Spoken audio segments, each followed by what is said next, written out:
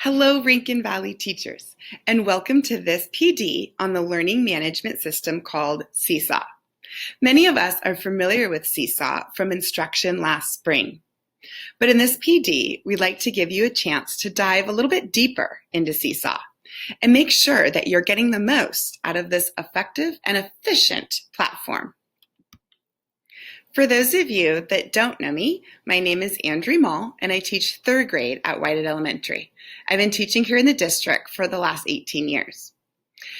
I have used SeeSaw in my classroom for the last 10 years and successfully implemented SeeSaw when we went into distance learning. So I'm excited to share with you today many of the things that I found successful. Here's our plan. Today, I'd like to help review the SeeSaw tools and look at those and make sure we're using them in the most effective way. If you're not familiar with the tools yet, you can check out a tutorial video that I did last spring. It's on the Rankin Valley Distance Learning website. We also want to look at the activities that we're assigning and making sure that they're rigorous and adding the links and the benchmark curriculum and anything we can to make those activities really meaningful for our students. Also, we're going to look at feedback today and make sure that we're using SeeSaw to give that immediate and effective feedback for our students. I love the blog. We're going to check out how we can use the SeeSaw blog today to really highlight some of the students' work and build a community together in our classroom in a safer way. We're going to look at organization, which is one of my favorite topics. So we'll look at how we can organize our SeeSaw platform and journal to make sure that it's seamless for not only us, but for our parents and our students. Now, some exciting news is this summer, while we were out on summer break, SeeSaw, since they are worldwide and they're working with teachers all the time and they're really great at listening to teachers' advice, SeeSaw went ahead and uploaded some new features to their program. So, some new features that you might see when you're kind of messing around with the SeeSaw this year is SeeSaw has where you can add videos to our Canvas. This is helping with our announcements or our activities. You can insert videos right onto that working template, including multiple links. This is a great feature that they added right onto their activity screen where you can add multiple links for different items, which helps us create some of those choice boards that we want so badly. Also, SeeSaw came out with a feature where you can record over the multiple pages. So we can look at that today as well. And of course, viewing enhancements on all of their posts. Also, a sneak peek coming soon on August 14th. SeeSaw is releasing even more new features to help teachers teach from their distance learning platforms. So one of the exciting features that you can see coming on August 14th will be direct links to other SeeSaw activities. So therefore, if you're making a SeeSaw activity, inside that you could embed different links to go on to different SeeSaw activities. I'm excited to see how I can use this in my classroom. My favorite section in terms of organization is going to be an update where they're going to have for your activities a to-do, an in progress, and a done folder. So students will know exactly what activities they still need to work on, they're working on currently, or they're completely done with. So that'll help for the organization. SeeSaw also is going to allow filtering by folders, by students, a little more filtering options to help really clean up that journal feed. This was a big one from Rankin Valley teachers as well. Printing activities. SeeSaw allowed us to print activities last spring, but it was a little bit more challenging and difficult of a process. So now they're making it very easy and simple for students, for teachers to go ahead and print any sort of SeeSaw activity. So that activity does not necessarily need to be done on a computer screen. Also, SeeSaw's last one is that they are going to make sure that it's really easy for teachers to get a quick snapshot of all the student responses on an activity grid. So I'm excited to see these updates. Make sure if you're using on a computer, the updates will update automatically. If you have an app on your phone that you're using SeeSaw from, make sure that you update your app so that you can have these new SeeSaw features. Today, we would like to make sure that we are gaining more understanding and knowledge of how you can use SeeSaw in your classroom to help make distance learning as easy as possible. So I'm excited to get started and show you a lot of these tools that I think will really help in our fall distance learning. Let's go ahead and re-familiarize ourselves with our homepage or desktop for SeeSaw. Remember, on the left-hand side is your name as your teacher, and underneath this is your classes, as well as your gear icon where you can check out some of the SeeSaw settings and your account. On the right-hand side, you have your class that you're looking at. And remember how important this wrench is. On the right-hand side, you have the wrench. The wrench icon will bring you right to your class settings. In your class settings is where you can manipulate all of the settings that you want to make sure appear as you would like on your SeeSaw class. Remember, we have our home learning codes here at the top that we used last spring. However, for this time around, since the district has purchased SeeSaw for Schools, everyone will be getting the SeeSaw Plus features, and the home learning codes will likely not be needed anymore since the students will be signing in using their email on Clever. So therefore, the home learning codes will possibly not be used this year since it'll be an easier link right through Clever. Now remember, on this side, we have underneath our classroom the tabs that SeeSaw offers. We have our journal feed. In our journal feed, you will see a running journal of all of your students' items that they have completed or you've assigned. Now, on yours, you see everybody's, but remember, when the students have this view, they only see their own items, especially if they're signing in with their Clever. It'll only be their own items in their journal feed. The activity feed, remember, is any activities that you have assigned to your class. Under here, you can look at scheduled activities, any activities you've archived, and remember that new feature is going to come out where we're going to see some work in progress and some activities that are not done yet, which will be helpful. We also have the inbox tab. The inbox tab is for any notifications or announcements that you put out for your students. So this will be helpful. You can also have the family accounts if you have any family members that are connected to your student's SeeSaw page. The skills tab might be there and might not. You will have to set that up if you would like. I'm not sure if the district is going to be setting up our skills or if you will be using it. It is a great thing to use. If you're feeling more comfortable with SeeSaw, I recommend kind of checking it out because it can be really helpful doing skills and assigning certain skill sets or standards to activities. The blog is something I highly recommend. Remember, our blog feature is great for distance learning. Our blog feature makes sure that we actually are helping our class become more of a class community. Because in the journal feed, remember, they can only see their own work. However, in the blog feed, they will be able to see other students' work. This will make it nice for students so that they can really take the time to value each other's work and make sure that they're collaborating together and building that classroom community. I really like the blog feature and used it really successfully last year. Remember, the blog feature in your settings and controls, you have complete control over. You can make sure what goes on the blog. You can approve everything that's on it. So therefore, you have a lot of control with it. You can also set your blog up to be password protected so that no one can get to your blog from an outside source unless they have your password, which is recommended. So remember, those are your tabs here at the top of your screen that you can use for SeeSaw. I'm going to get out of my blog feature and go back over to my journal feed. This is one of our favorite buttons in SeeSaw. Remember this big green plus sign. When we go to this big green plus sign, the students will automatically pop up with their tools for creative learning. When the teacher pushes the plus sign, the teacher will have three choices. Post a student work. That's if you wanted to post something in the student's journal feed. That could be a note to the student. That could be something that you want the student to read. You can use that however you would like. The next item is assigning activities. This is the button that has to do with activities. I'm not sure why it says assigning. I think activities would be great because in this button, you can assign, you can create, you can look up activities that other people have made.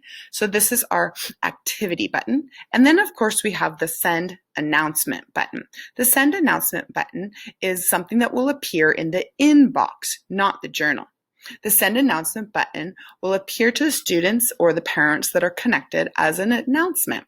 And you can still, in this area, do any type of the SeeSaw creative tools that you would like links or pictures or videos.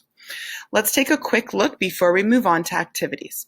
If you push on student work, remember this is the tools that they have. Many of these tools the students can use as well as you could use.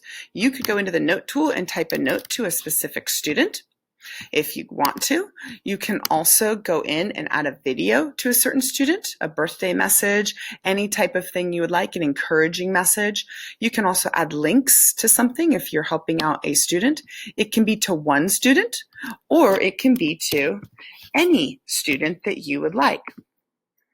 When I have it all done, I can tag a student that I want, or I can say all students. So in this case, I will say all students, and they're all going to get that special message. I have folders. Don't worry about folders. We can talk about that when we get to organization. So now it appears right here on my journal feed. Another thing that you can do is assigning activities. So remember, we're going to look at this in our next section about activities. And of course, there's announcements. Announcements, remember, is where you can decide if you want to send it to the students, the family members, if you have any connected, and or both. When you select this, you can type in a message here, a reminder of sort, or whatever you would like to put in. And you can add any attachment, just like we did when we went into the journal. Any attachment. We can do a link. We can do a Google file that you'd like to upload, so you can put your announcement in. When you put your announcement in, it'll end up in the inbox. So that's a quick look at reminding ourselves a little bit about how SeeSaw works and how we can use SeeSaw to interact with our students in our classroom. In our next topic, we're going to look at activities, and that's a fun one. So we'll spend some time on how we can make our activities rigorous and really work for the students. So remember, when you would like to add an activity for the students to do, we go up to Add. Then we go to Activities. Once you're in the activity library, you have two choices. You have the choice between your library, that's any assignment or anything you've already created. You can also make collections down here that we'll talk about when we talk about organization. So we have activities that are already done by yourself. We also have create new activities if you'd like to make an activity from scratch.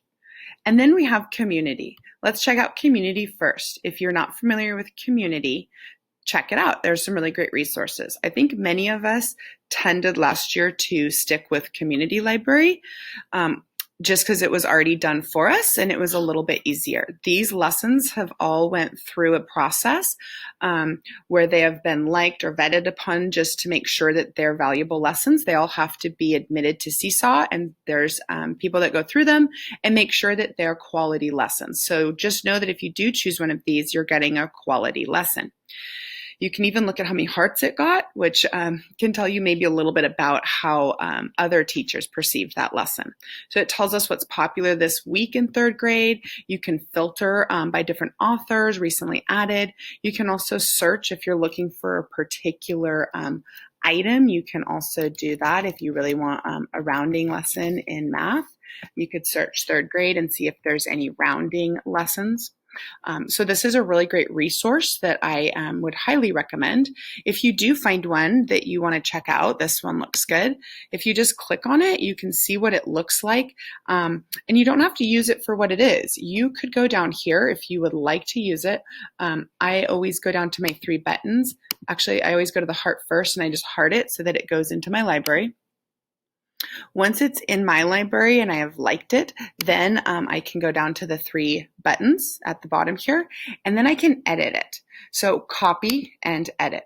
Then I can change it. These directions seem a little weak. Maybe I could write some more directions. Maybe I want to remember add that voice direction in there so I can actually talk into my computer. It records my voice, remember?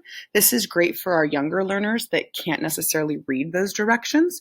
So therefore, this is a really good, another helpful tool for learners, especially some of those EL learners or lower level learners. So I would suggest definitely doing voice voice instructions for your directions. So I can check out this assignment that someone made. I can even go in here.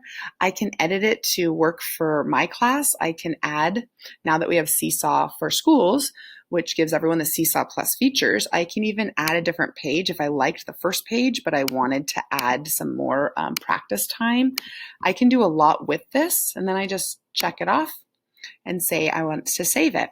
I can even add, if there's no example there, I can even pull in a different example.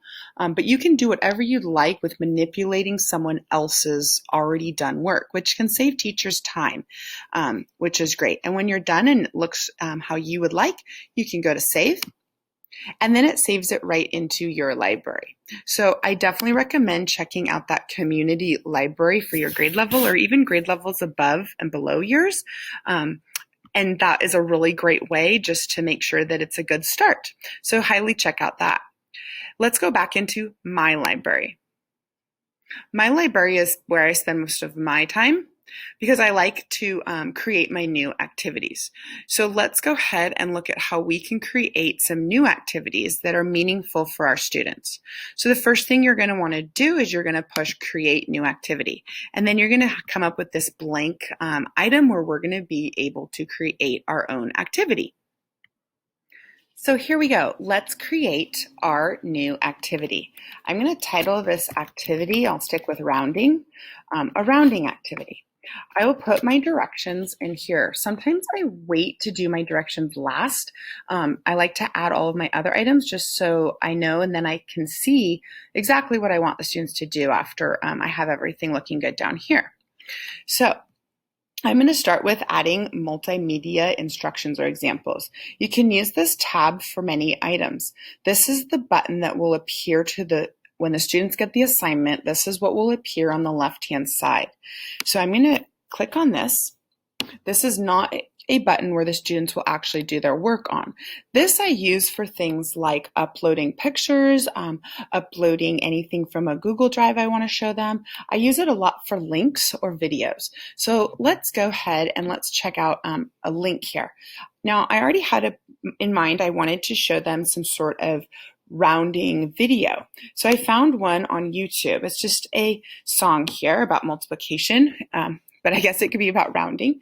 And what I want to do once I find my YouTube link that I want the students to watch, the best idea or the best practice with doing any sort of YouTube items is I like to do two different things. I go down here to share, and you can either copy the link right here. If you copy this link that goes to the video, and then you can go into something called Safe YouTube, or there's many different sites that do this. I can insert this link right here. So I just copied and now I'm pasting that link.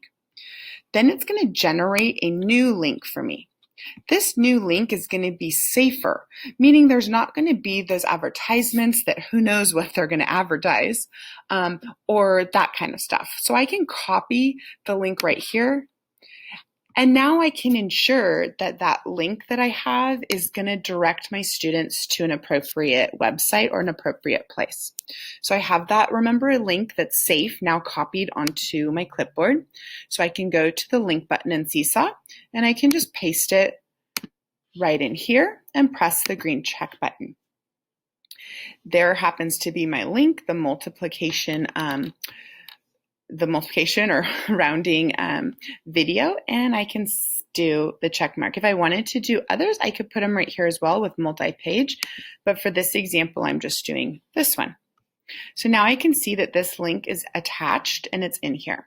So my first direction would be for students I would like them to click the link. Now, my favorite thing in SeeSaw to do is also help the students by using picture clues, so that especially for some of those learners that need more picture clues, this is a great strategy. Remember, SeeSaw, anything that you have in the colons like this, when you write the words in the colons, and there's certain words you can use, remember, they will come up in a picture when you post this. So there is, there it is. So there is the SeeSaw icons here that you can use for shortcuts. So add I use a lot because I want them to see add response. Photo I've used, video, and so forth. I use link a lot, which will look like this for them. So there's all sorts of things, or the check, there's all sorts of things you can add in your colons to help direct the students to what you want them to be accomplishing. So I want my students here to click on the link, and I know it says it twice. I like to name it and then picture it. Click the link on the left,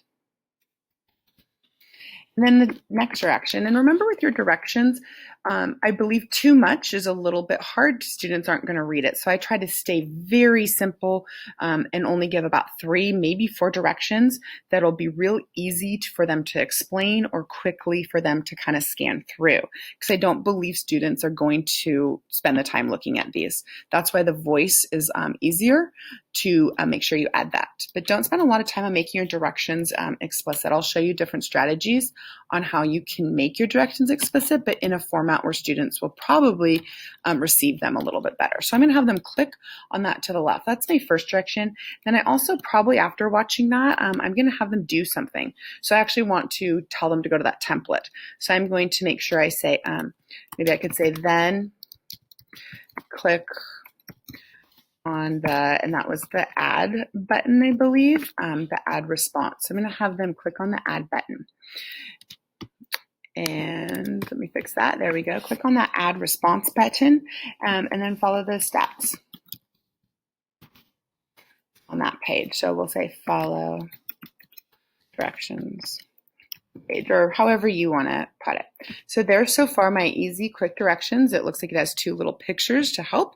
Then I'm going to go down here for my template. Now in your templates, I always really like to make sure they have a template. Some people, just if they're telling them to watch this video or look at something, they forget to do the add template. You don't have to, but I have found with my own students at home that I have helped through SeeSaw with their teachers who did a great job during distance learning. I do find it confusing for students when there's nothing of a template for them to use. So what will happen is on all of the SeeSaw activities, it naturally defaults to always have a button that says add response. So even if they click on the link, it'll always say add response. If you put in a template, that will show up. If you don't put in a template for them, they will see this.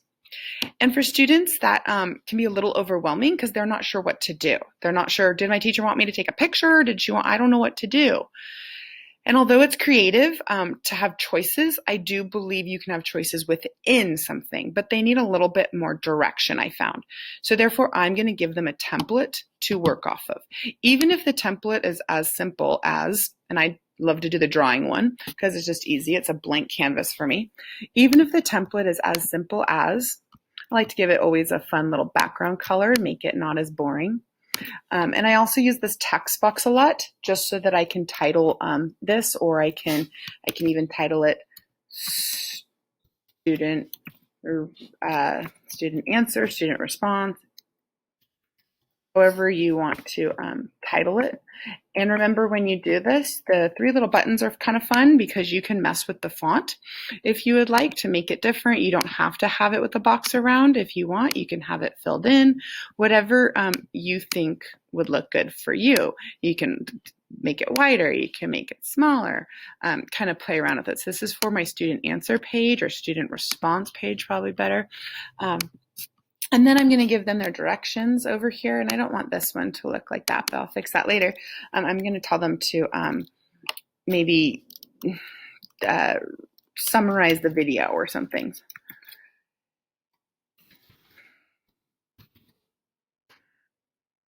Okay, so I have that. And I'm going to change that style. I just want it like that. Perfect. So I'm going to ask them to summarize the video. And I'm going to have them do it right here. You can even give them a platform to do it on by shapes if you'd like. Sometimes I like to use shapes.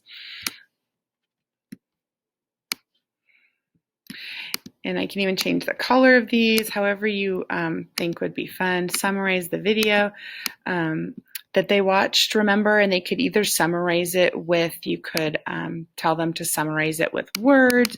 You could tell them to use any of the tools that are here. They could use the microphone to do it. They could use the camera feature to do it. So they could use video feature. They could also use a text box and describe it. If I could do this text box. So there's all sorts of things that they could do. And obviously this is not very explicit of an assignment because I'm going quick, but you could put in any directions here. This is where I would focus putting my directions in instead of that first page. They're not, most students, especially my own students at home, they just flip through. They don't even read that. They go straight to the, what am I doing? They don't read the first introduction. So spend your time doing your directions on here. So you have all this, whatever you would like to do here. Another great thing with SeeSaw is when you do backgrounds, a background that's my favorite is at the bottom. You can actually give them lines. So if you want, you can give them lines so that it just looks like they know what to do with lined paper.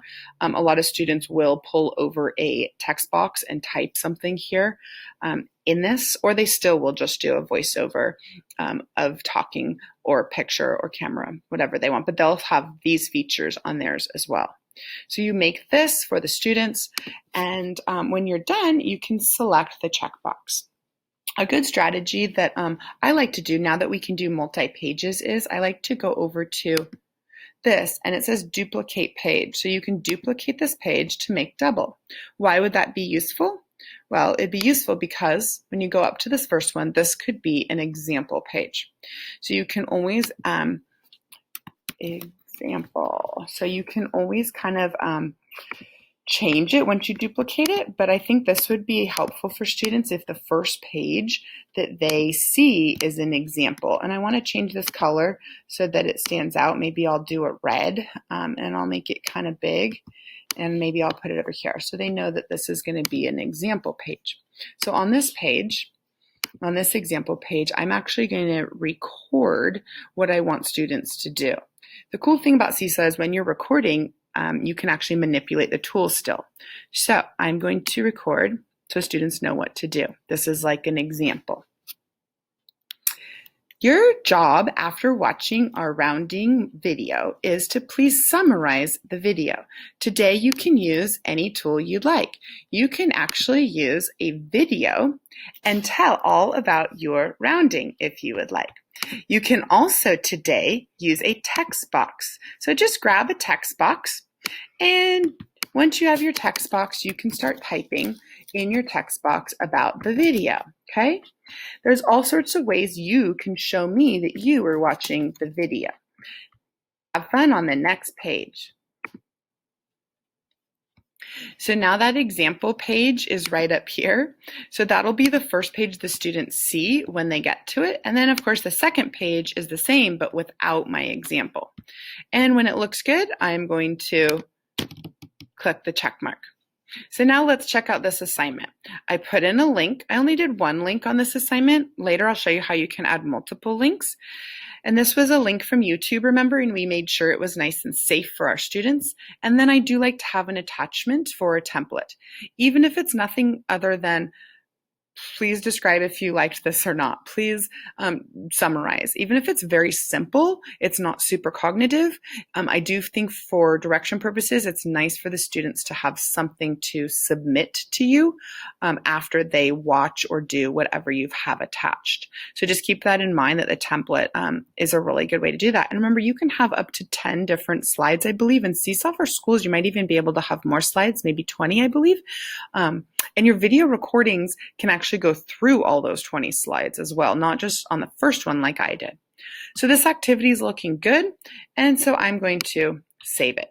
It saves right to my library so that I can take this and I can assign it to my class that I would like. I have a lot of classes here, but you'll probably just have your one class, or I always recommend, secret note, make a practice class, because then you can play and manipulate and assign things and see how they look before you actually assign it to real students. I have 4 funny pretend students in this practice class that they don't exist, but it helps me kind of see what it's going to look like for my actual class.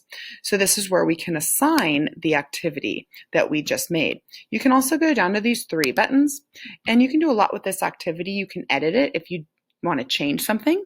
You can share it. When you say share, it means sharing it with your colleagues. We're going to have a SeeSaw for Schools library that you can put it in, since we're going to be SeeSaw for Schools district. You can email teachers this. I just like to get the link for it, and then I put it like in an email and explain why I sent it to them so that they know what I'm using it for. So lots of things once you create the assignment.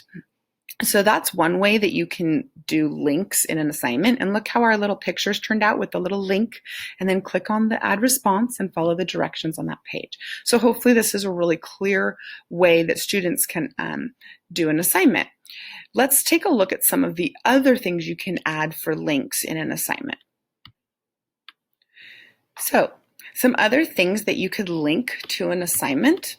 Let's check out some other items that you could link to an assignment, and then we'll look at how you can make multiple links in an assignment. Instead of just one video, what if you wanted to have 2 or 3 or 4? What if you wanted to embed a lot of videos into your assignments for students to kind of condense their feed, so they don't have a lot of stuff in their feed? It's all kind of condensed on one choice board or one page. So we'll look at that in a minute. But let's think about some of the other items we can link besides YouTube links, which are valuable. What else could we link to an assignment? Well, we can also link. Remember, we go to our link tool. Another thing that we could link is there's a lot of things in Benchmark.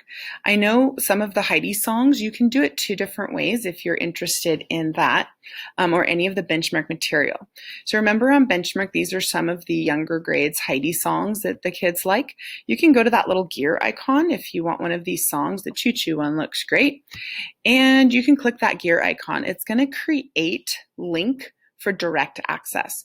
If you click link for direct access, you have this link here that you can copy. I've now copied the link. Then I can go into link, and I can insert it into SeeSaw.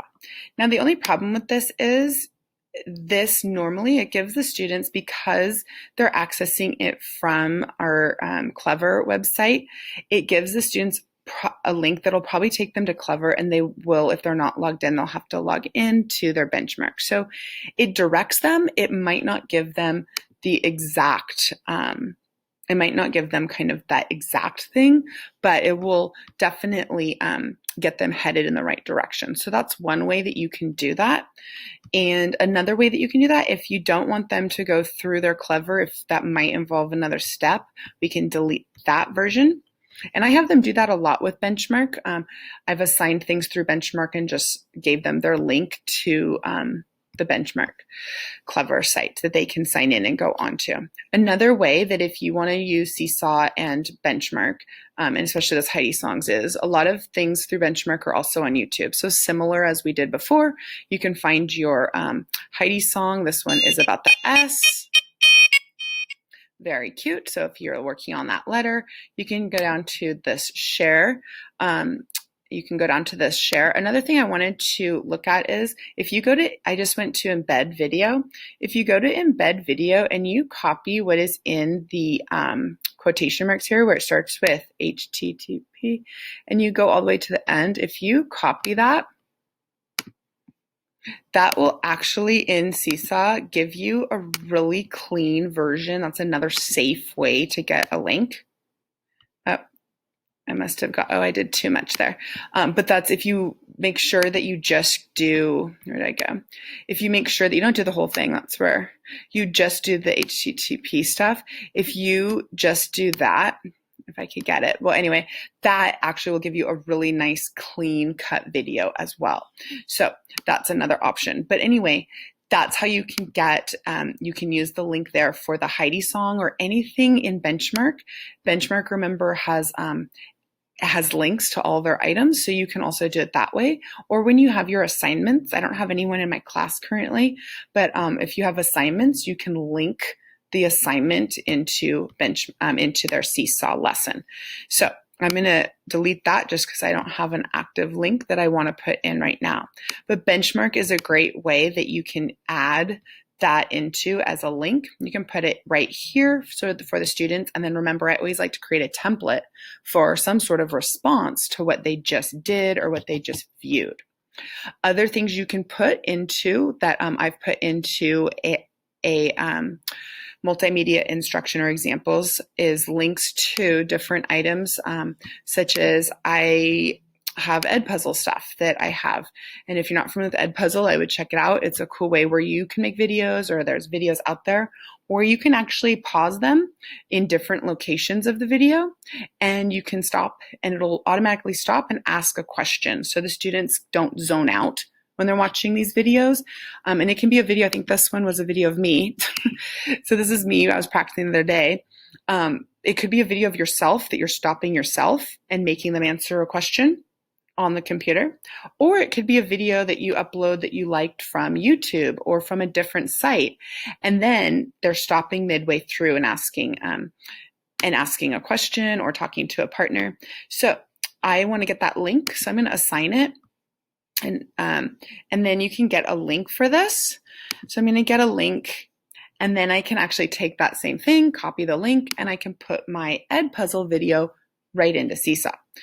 Also, Nearpod. If you haven't checked out Nearpod, it's another great way to teach something and stop and have kids do, so that you don't get lost in that learning process, really checking for understanding along the way. So I have a lesson here that I did not create. I found, and it was with rounding. And you could use these Nearpod. You can use live, which is cool while you're doing a Zoom lesson, or student paced, which means that it actually is paced for the student. They do it when they want. So I can do that student paced lesson, and then I can launch that new lesson. I've had a few launches there, and it'll give me, once you launch the lesson, you can get a link. And again, with a link, you can put it right into SeeSaw. So anything that has a link, just be creative. It can go right into SeeSaw for part of your lesson, which is pretty cool. The other thing that you could link is going to be a Google slide. So your Google Slides, I have, if anyone's playing around with a virtual classroom, here is Miss Perry in my virtual classroom that we were working on. And you can take anything from a Google slide and you can put it into SeeSaw. So there's so many different things you can do. You can have a whole slideshow that you would like to have the kids go through, and you could take your Google slideshow and put it on SeeSaw. And it's all very friendly and very compatible and easy. You kind of just have to know what direction you want to head and what you want to put in for your SeeSaw activity. It's kind of, the possibilities are endless. So the best way to do this is for SeeSaw is when you have your Google slide up. There's many ways. If you'd like to put it in as a link, then my best advice is to go to get the link for this particular slide is to go to File, and to go down to Publish to the Web. If you go down to Publish to the Web, it's going to give you, it's going to give you a link. So now if I copy and paste this link, so I can copy that link, I can go into my SeeSaw and I can put it in as a link. The way this would be helpful, putting this in as a link, make sure that it's a link to the web, which means if you had anything on your Google slide that was interactive, if you had anything on your Google slide that was push this and this will play, or push this and it'll take you to a different website, or if you had anything on your Google slide that was clickable, should I say, then publishing to the web is your best mode of operation. Then when you have it in SeeSaw, it's going to be real easy for when this appears as an assignment, or you could even do any of this with announcements. When this appears as an assignment and they click on this, it'll be active. All those links that you created in your Google slideshow will be active. If you don't have too many links and you don't have too many links, and you just want the picture, or you just want the slideshow that you created, you don't necessarily have any links, then you don't have to put it as a link. If you want to put your Google slideshow into a SeeSaw activity, you could just go here to upload, And you can drag and drop from your computer, search your computer, or even search your Google Drive. So this will give you a nice copy of the slideshow. It'll automatically in SeeSaw, if you have a slideshow that is multi-page, obviously, let's say it's a lesson on social studies and you created this great slideshow you want the kids to view, and it has 7 to 9 slides, you can take that and drop it right here, and SeeSaw will automatically have that in a multi-page view for you that you can work with right in SeeSaw. So there's different ways that you could use this tool. Also, I was going to show you that in a minute. So those are some things that you can connect to any SeeSaw assignment with your links button. The links is really is something that I use a lot. So I like making links because it takes kids somewhere else. You can even link it to a video that you made. If you have a Zoom video that you want to put in here and it's you teaching, maybe you're doing a flipped classroom model and you want to show the kids the math lesson recorded. You could use this and put your link to your Loom video you created right in here, and then the students are able to watch that math lesson, which I always am a big fan of that flipped classroom model, just because students can make sure that they're really understanding at their pace what you're talking about. They can pause, they can rewind, they can kind of look up something if you said something that they're not sure about. So it kind of gives them a little more flexibility with their learning so they can pace it for their own, whatever works for them. So anything you can create right here in links is really awesome. And I think that is really something usable that you could do. The next thing I'm going to be showing you is how you can make multi-links. Instead of just one link at a time, how can we condense these assignments so that we don't have a rounding video on one assignment and then another rounding video on another assignment? How can we make what's called a choice board so that all of your activities can be in one easy spot? And this is where the new tools of SeeSaw really come into play. So the first way I'm going to show you is if you want to work outside of SeeSaw first and then put your choice board or your activities into SeeSaw. This can be done using, again, Google Slides. If you create a Google slide, this is one that we created at the end of last year so that the students in all of Whited third grade could check out each other's blog. So in your Google slide, you can make whatever background, anything you want in your Google slide and work from here first. In your Google slide, you can insert different links or different text boxes. You can have anything in your Google slide that you think would be appropriate that you want the students to work on or to link to. Maybe right here there's a video on rounding, a next video on rounding, and another video.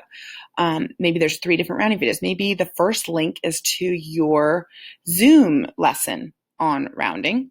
The next link would be to your video that you found on YouTube about rounding, and then the rounding song that you found on YouTube.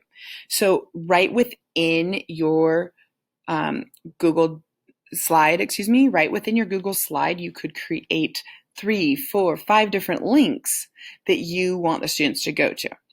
So how does that play out in SeeSaw, and how do they access it? So again, when you go to your assignments, you're going to say, this is our math lesson for today.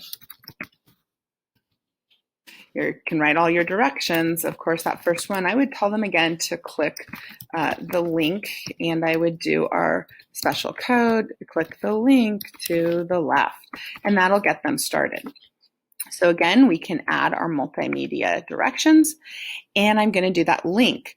This time though, instead of just putting a cute picture that I don't want, I don't need them to actually click on some links here, I'm going to look at this. I'm going to again go to publish to the web like we did last time, and this will make all those links clickable inside my SeeSaw assignment.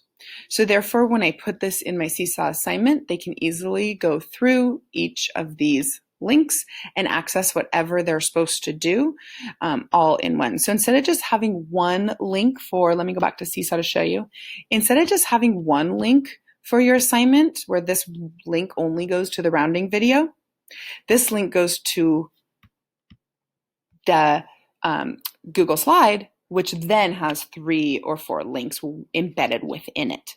So this can be a nice way to, instead of having 3 or 4 different assignments on their feed with each one differently, this is a way to kind of take it and make it a little more seamless for the students to view. Now, the great news about SeeSaw is with their new tools, you don't have to work outside of SeeSaw. Although Google Slides is fun to work with, you can do all of this and make this exact same kind of choice board, they're called, or virtual room, or whatever you'd like to name it. You can do it all right within SeeSaw. So let me go back here, see where we are. Okay, so I'm in my assignments, I believe. Yep, here we go. So this time I want them to actually, they can still click this, but it's going to be right inside SeeSaw. It's not necessarily a link anymore. You're just going to be click the image because it's going to show up as an image to the left. So they can do all of this right there in SeeSaw. You can put it underneath multimedia, or if you want, remember the students to actually write something on that page, you're going to want to do template. I like to keep it separate for some reason, just because I like all the viewing in one space, and then the response is what I want them to actually respond on. But you could work straight out of this. If you're going to work straight out of something, work straight out of template. They can do everything within the template. So how about we'll look at that. And they'll still get an image off to the left there. So I'm going to go over to my drawing. And on this is where I'm kind of going to make almost like a choice board. So I'm going to start off like I did last time. I'll pick a cool color. I can give it a title. I forget what we were doing here. Oh, this was our math lesson. So I could title this Math for today. Move it up here. Then what I can do is I can embed links right here on this page. I can put as many of them as I would like.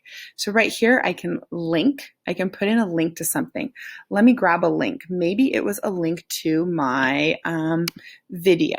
So let's go back and see, this was my video. So I'm gonna grab this link. So it's copied. I'm not going to do the share thing for the sake of time. Oh, but there it is. Maybe I will. But that, remember, is that safe way to do it. That's a best practice there. And then I'm going to go to link, and I'm going to paste it right in there. Now let's see what happens. It's going to show up right there. I can even resize this to make it small. I can make it big. But remember, since I'm putting a bunch of links on one page, I'm going to make it kind of small. And I might even, up at the top here, tell them what to do.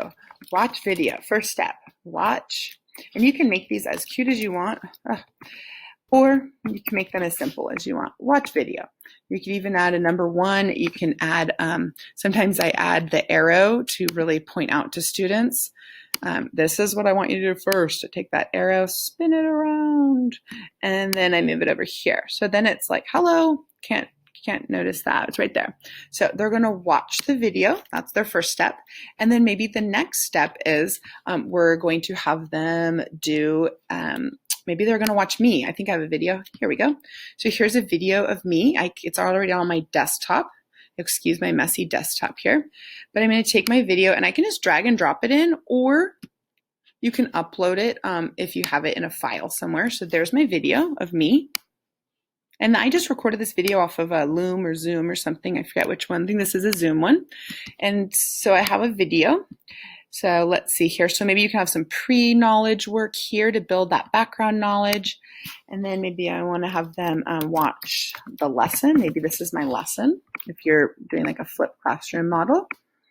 So first they're going to watch the video, and you can label it and write number 1, do first.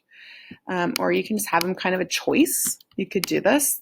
I've done this last semester with different links for virtual field trips. So they kind of had their own choice. So it wasn't do this first, second, third. It was discover some of these great things that have to do with the aquarium and sea life. And they could kind of tool around and decide which ones they wanted to click on, of course. So we have watch the video. Then we have watch the lesson. So these are all links that are embedded right here.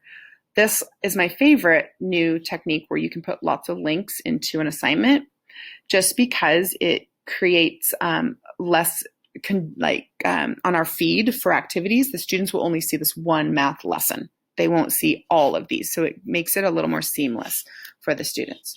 So watch video, do this, and then Next one, actually, you know what? I think, which would be really cool, is you could embed a link, but the neat thing is what you also can do is you can also make a link to different pages in SeeSaw, kind of like different pages on your slide. So if we add a new slide here, and I'm going to make it that same color maybe as I did the other one, so it kind of looks like the assignments go together. So I have my two things right here, and on this one, I actually want to maybe have them, maybe I'm going to have them do some writing. Write a summary or whatever what are we working on, math, or do some example problems. So maybe this is a page for some writing or telling me.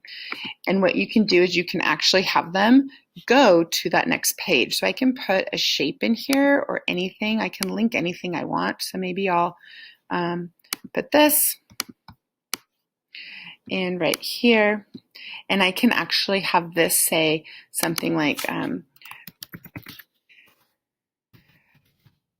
if I could spell, click here for the student response. Maybe this is going to be like our student response page.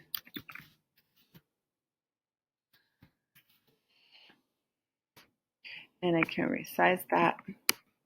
And I can put it here. Another best practice is if you are making these, you can lock them. So then when the students are on here, they won't accidentally grab it with their mouse or trackpad and move it around. So you can lock anything that you had, which is a best practice if you want. So I can say click here for student response, but that also means I'm going to, let me unlock it to play with it here. I'm going to have to link it. So I'm going to link it, and I'm actually going to link this to page 2 in my lesson. So let's see how this looks. So they watch the lesson, and they can click right here, watch the lesson, or the video, excuse me. Then they're going to watch this lesson of me. They can watch it right here. Or they can even make it bigger. They'll watch it right on screen. Then when they're done watching the lesson and video, they're going to click right here, and it's going to bring them right to page 2 where they're going to do their response. So obviously this is not how I would set this up, but just for quick examples. So this looks good. I'm going to save it. And remember, I can even go through now and do some of those more directions up here, keeping it real simple though, because here's where they're going to go and get more of their directions. So I'm going to save this. And now it's here that I can assign it to my students. So I highly recommend trying to embed all your videos on one particular SeeSaw assignment using either just one of the blank canvases, or you can use multi-canvas to do that. So I'm going to stop right there for a second, and then we're going to look at some other ways to make our SeeSaw activities meaningful. Some other great things you can add to a SeeSaw assignment is a PDF or even a picture of something or a scan of something that you have. So if you go down to any of these items, let me check. I think I can do like an Engage New York. So if you have a math lesson that you're working on, so another math lesson, and you wanted to add, instead of creating your own template for a response, you just wanted to use like a old-fashioned ditto or a page that's already been created. You could have if you have it in a PDF form, and all of our Engage New York items are on a PDF form. So if you saw what I did, I just went down to add template, because if the students want to be working on it and writing on it, interacting with it, you're going to need to use it in a template form. So I'm going to upload my file. Now I have it right on my desktop. I could try to select it, or my favorite is just dragging it over. So I have one of the Engage New York units that's in a PDF. You can find all of them on the Embark website. And then I'm just waiting here for a minute. And SeeSaw has these PDFs. Now the students obviously don't need this. So I could have made that PDF. I could have printed to PDF and really specialized those pages. So my PDF was only the pages I wanted. Or I could just put the whole thing in SeeSaw, and then it's real easy for me just to delete the pages that I don't want. So that's one way to do it. Or if you are really good with manipulating PDFs, then you don't have to do this ahead of time. I did find a really cool Chrome extension this summer that is up here. It's all about merging. It's the PDF merge. So if you had two different documents on two different PDFs and you want to merge them together. So anyways, a find there. So I can go through these and kind of delete the ones that I don't really want my students using, or keep the ones that I would like. And you can also have your students, you can give directions on here. It's not just the page. My favorite thing I'll show you what to do is, remember how what you can do is on one of the first slides, you can record your voice and you can give some examples, which would be pretty cool. And then they can be turned loose to do it on their own. So if I want them to, maybe I don't really want them to do the sprint. Maybe I want them to just do these number bond pages. So maybe we have this. I like to do kind of that exit ticket with them, and then this is the thing they're going to do on their own. So watch how I could use this as a really great way to walk through with them, even if they're not here. So I'd pick up this tool here, and I would talk to them and explain to them how we do it. So for math today, we are going to be adding or subtracting, looking at these number bonds. So let's remember, and then I can actually grab some of my tools here to show them. So remember, when we're adding, we're putting together things. When we're subtracting, we're going to be taking away. Let's look at A. 9 plus 1. So let's check this out. If we have, so you could continue on and you can mark this up. You can even use another tool I like is down here, the arrow. So then when you press down, you can actually point to things, show them things. So I'm just recording it here. I can even go down and show them the next page, and I'm still recording. I'm not going to mark this one up because I want them to do it, but I could point things out. And I could grab my arrow tool and I could say, remember, when you get here, you're going to have to draw your number bond for each set. So I need you to draw your number bond right here, or you could draw it off to the side for this kind of fact family or set of numbers, just like the example up here. And then when I'm done, I'm just going to push done. So then what it has, I want to add that new recording. Yes. So now what it has is it has my exit ticket is still there. That's still there. And then I have a recording. So when the students go in, they can listen to my recording first off. So for math today, we are going to be adding or subtracting, looking at these number bonds. So let's remember, and then I can actually grab some of my tools here to show them. So remember. So you get the point. So basically, this is a really handy way to walk through with them before they do the activity and set them up for success. So it's kind of gradually releasing them. And I'll save that. So you can insert a PDF like we talked about into this template area for them to work on. I'll get rid of that since that was an example. I've also like inserting PDFs of our benchmark. So let me grab one. So here's one of the benchmark stories in 3rd grade. So I can just put this PDF right in here. And then this is our story that the students can be reading. I always like to point out to the students that because this is kind of small to read, I do like to point out that there's this magnifying glass. And so they can actually click this and they can make it as big as they need to be able to see it, which is great for those kiddos that really need that large print. You don't have to stand at the copy machine and make it really big. So this is a tool I always at the beginning of the year remind my students to manipulate the text so that they can work with it. So any PDF can be put in here so that you can give directions to, maybe on this page, it's read the PDF. Maybe you're going to do another page that you're going to ask them to write about some main idea or details that they read. And remember, you can even give, instead of writing your directions for littler kids, you could even add a video and give oral directions. Oh gosh. Hi, so after you read the story called Working Together, on this page, I would like you to please add some details about this story. How did they work together? What did they do in the story to help each other and help their town? Then I'm done. Now this video is going to appear pretty large, but you can shrink it down so that I'm just a little direction person in the corner. How cool is that? I can even add a little thing that says, click here to hear directions. Click to hear directions. And kids, this will be great too, especially since we're not with them. The more they can hear us, the more they can see us. I do love all those lessons online and the lessons from Nearpod, but they miss, they want to connect with their teacher and hear your voice and hear you. So I'm going to lock that into place. I can lock this one right into place so they can't move it.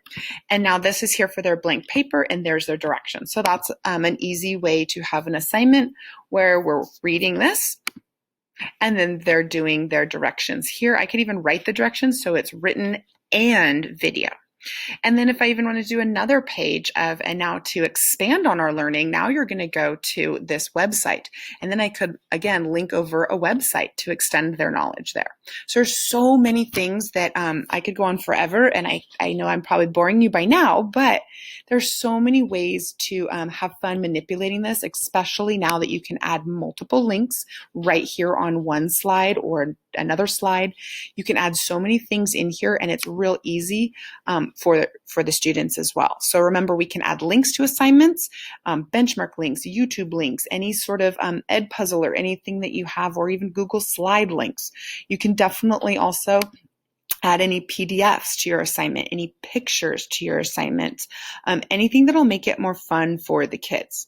So speaking of kids, let's talk about when you're in the assignment, how can you have an assignment go just to certain kids? If you have a group, if you're doing small group, or you have your EL students that might need a different lesson or different support. So how can we differentiate within SeeSaw? So let's grab one of our lessons and then I'll show you how we can do that. So here is a lesson that I have for benchmark that I was working on, and I'm going to assign it. When I go, this is my lesson I wanted. When I go up to assign, I'm going to pick my class, remember. So let's see, I'm going to pick this class for the purpose of this instruction. So I pick my class. Remember, with assignments, you can schedule assignments to go out at certain times, which is great. So you can do it all ahead of time. Then you can even edit students, edit folders, and edit skills. I'm not going to talk about folders until I get to organization, but you can definitely edit students. So when you edit students, you can go down here and you can just click your GATE students that need this assignment and select. Or you can just click your EL students that need the assignment. Or you can say this is going to everybody. It'll naturally default to everybody. So if you just click assign, it's going to assign it to the whole class. If you click just a few students on here that need this particular skill, then it'll go just to those particular students. So right now it says 2 students are getting it, not the 6 that are in this class. And then you can assign it. So that's how you can assign it to certain students, and that'll be helpful for differentiation with if you're putting out some multiple assignments there and you don't need everyone to work on a certain skill. So check that out and make sure that you use that, because I think that'll be a tool to help us. We're moving on to our next section. The next 2 are pretty quick, which is about feedback. As we know, feedback is really, really important for our students. And remember, the feedback needs to be pretty immediate. I believe that students will thrive more if they get that constant and immediate feedback. If they wait too long, that thought of that assignment will just be out of their head. So I think giving them some meaningful and appropriate feedback is really important. So I want to show you how you can do that in SeeSaw. So I have an assignment here from an archived class of mine from last year. So this was just something they did, and I wanted to see how many students did it. So I'm just going to pull this up, and it has a nice little grid of who did this. Obviously not too many in this one, but so then I can actually click on the assignment. So when the students submit their assignment, you can, view it. So there's some things that you can do to give some feedback. One of the easiest ways is to go down to comment. If you go down to comment, in the comment, you can type your comment. Great job, love it. And of course, your feedback probably would be a little more specific, but for the sake of time, I wrote great work. Another thing you can do for our other learners, if they can't read as well, is you notice there's a microphone here. You can also give your feedback in a verbal comment, which is great. So using the comment button for feedback would be appropriate, and the students will see that. They'll get a notification in their inbox that you have commented on their work. Many times they don't comment back, but they can if they just click and they add a comment. But many times students will not comment back. or I've had that experience. One of the ways that I thought about this summer to make feedback a little bit more meaningful, especially now that we're completely online, and to build those connections with our students. If you go to these three dots, you can actually edit the assignment that they turned in. So I'm going to edit the item. When I have the item in front of me, I have her work and I can manipulate it. I can manipulate her work right here, which is kind of cool. So I can actually use a shape to make an arrow saying, this was great, or I can even add a drawing tool arrow.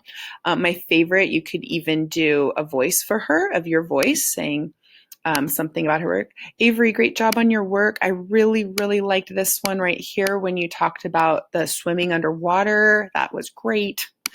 So you could definitely do that if you would like. Or another favorite is you can add your video comment in there and you can give a personal comment with your face. Great job on this assignment. You did such a great job on your poem. I loved your vivid verbs. Way to go. Keep up the great work.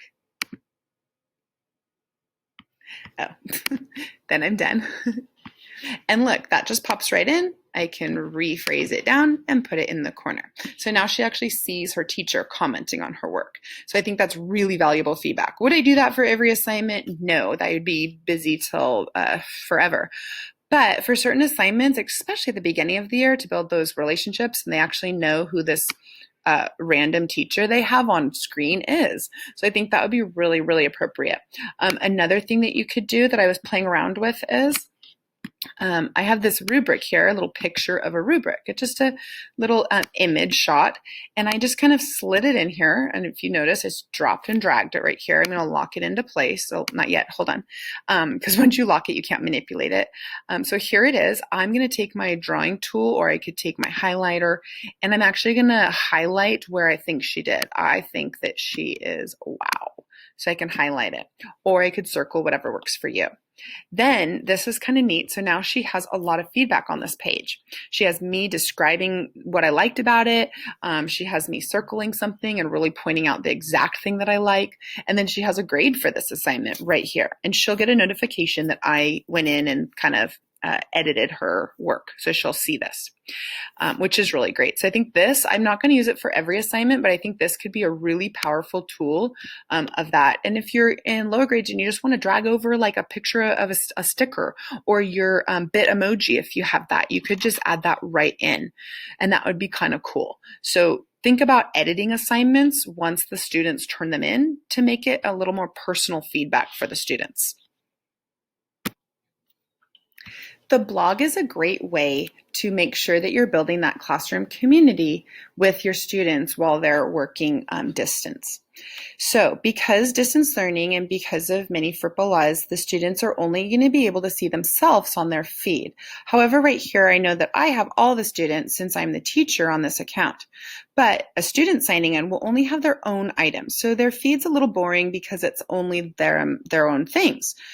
But how can we build that classroom community where they're collaborating together and really highlighting student work for everyone to see? That's where the blog comes in handy. To activate your blog, go up to the wrench and activate blog. You can also make sure when you're activating your blog, you can have blog settings. Can students post a blog? I always turn that off. I don't want my students putting a bunch of stuff on the blog. I want to be in control of what I think is really wow work that should be on there. And just go ahead and look at all your blog settings of who can get on there. You can also, when you get more comfortable, you can share your blog with other classrooms. I've shared ours with classrooms around the world, which is kind of neat because then who are using SeeSaw, then you can kind of get a glimpse of their life and their classroom, and they can get a glimpse into yours. So go ahead and check out some of these. You can also connect blogs. We had pen pals at Madrone last year. We connected with our blogs at the end of the year for the students to kind of see each other and to see what kind of SeeSaw activities they were working on in their class. So it's a fun communal way to build a culture within your classroom or school. So if you go into the blog, it looks really, really, really similar to the regular feed that they're used to. Everything is, remember, approved by you, just like everything in SeeSaw. You approve posts, you approve comments, so nothing will show up on here without you knowing about it. The blog is a way that we always had some great any wow work, like this gate project someone turned in last year, some anime. So any type of thing where you want to really highlight what is going on. And the students can go to the blog anytime and they can check out their classmates' items, which is great. And then they can also leave comments on them. They can comment and say, wow, this was great. I love it. So people can comment. These were end of the year posts, but people can comment. We did a lot of this for birthdays, just so people could see that it was someone else's birthday and they could leave some comments for birthdays. So it's a really great way for students to see each other's work in a safe format. You can also share this blog with parents on the parent most parents' screen. If they're connected to SeeSaw, will not have the blog, but this is your blog address and you can send that to anyone you would like.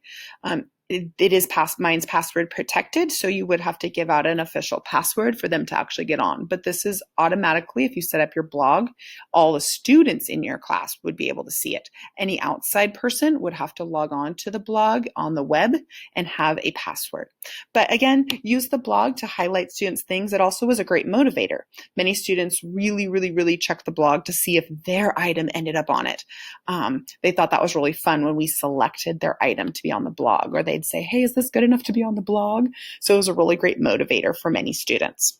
Last thing we're going to talk about is organization. Organization is crucial when it comes to SeeSaw. Since SeeSaw has a running feed of all the students' journal items, as well as under Activities tab, it has all of their activities. We need to make sure that this is streamlined and not too complicated for our students and teachers and parents. So some things that we did that were successful last year to make sure that the organization was there. One was folders, using folders to help organize material. Folders can be activated under your wrench icon and under Manage Folders. Once you go down to Manage Folders, you see we have, last year we did folders by the week. So this was only weeks that we were in distance learning. So we had the first week, second week, and so forth. So you can see how many posts or how many assignments were completed in each week. You can also create new folders. Many people put folders by subject as well. The reason a folder is handy is you can actually search by folders. So when you're looking at a feed, you can actually you can click on your folder and you can say, I just want to see what we did that first week of distance learning. So now your feed is going to be all your first week. So this was our first week of distance learning. You can also print anything to PDF that is in a folder, if that's helpful to you. So you could have folders by weeks. You could have folders by if you just want to see what you did in language arts. I think we're going to stick with weekly folders because that was really a nice way for the students to organize their work and for us to organize the work in terms of just by the week. So that's a way that you can filter by folders. So I recommend just kind of dabbling with the folders this year to see if it can help you let's just clear that. So it can help you kind of organize some of the activities in your class. I also, like I mentioned before, if you could do any sort of choice board, they're called, for an activity, or any way, instead of having a huge running feed of 10 different activities, try to clump your activities into one activity, one overarching activity that has all of the links that you want them to do, or the assignments or PDFs or everything you want them to do for maybe just math or reading or the whole day, however you want to work it, just for some clarity so it's not as confusing to students. So make sure you check that out. Another thing that was a powerful tool that was a best practice for our class last year was once we had all of these activities that we assigned, especially in the activity feed, it got kind of overwhelming for students because they would have a notification of, 10 assignments. And if they didn't do some of them, this would just keep going up by the day. So what we did is every Friday, at the end of the week, so we'd assign them in the morning.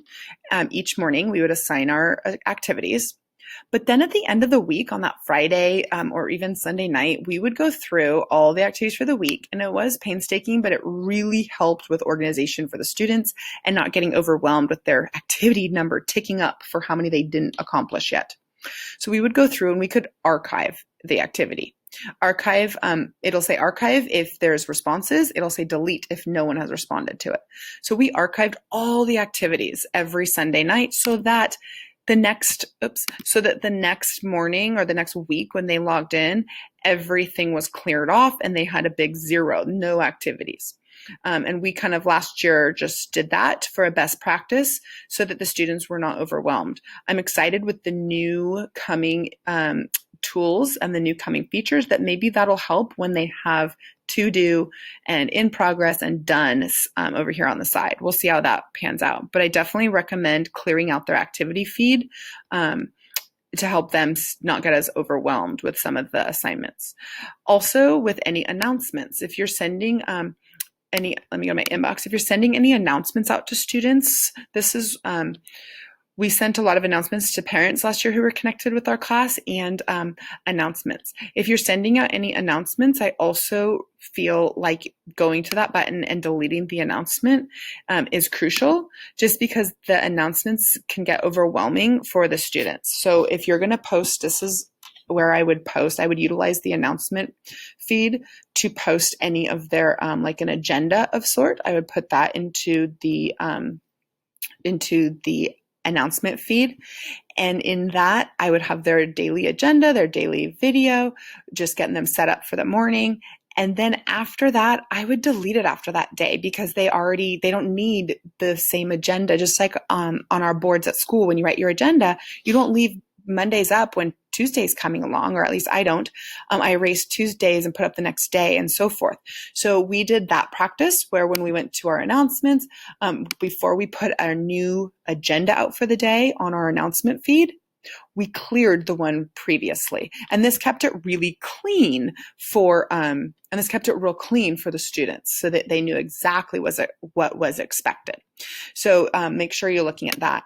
Last thing about activities, to make sure that it is something that's user friendly, the way that you assign activities is not the way they will appear. It's backwards. So if you assign whatever activity you'd like to have first at the top, make sure you assign that last. Because if you assign 4 activities, 1, 2, 3, 4, the first one you assign will end up way down here. This is your first one you did, and it'll end up way down here. Okay. So think about what order you want the students to see your activities in, and always make sure you're doing it backwards because that's what they'll actually see. If you want your math lesson first up, not the fun little virtual field trip, then you better make sure to assign that math lesson last because it'll appear right here.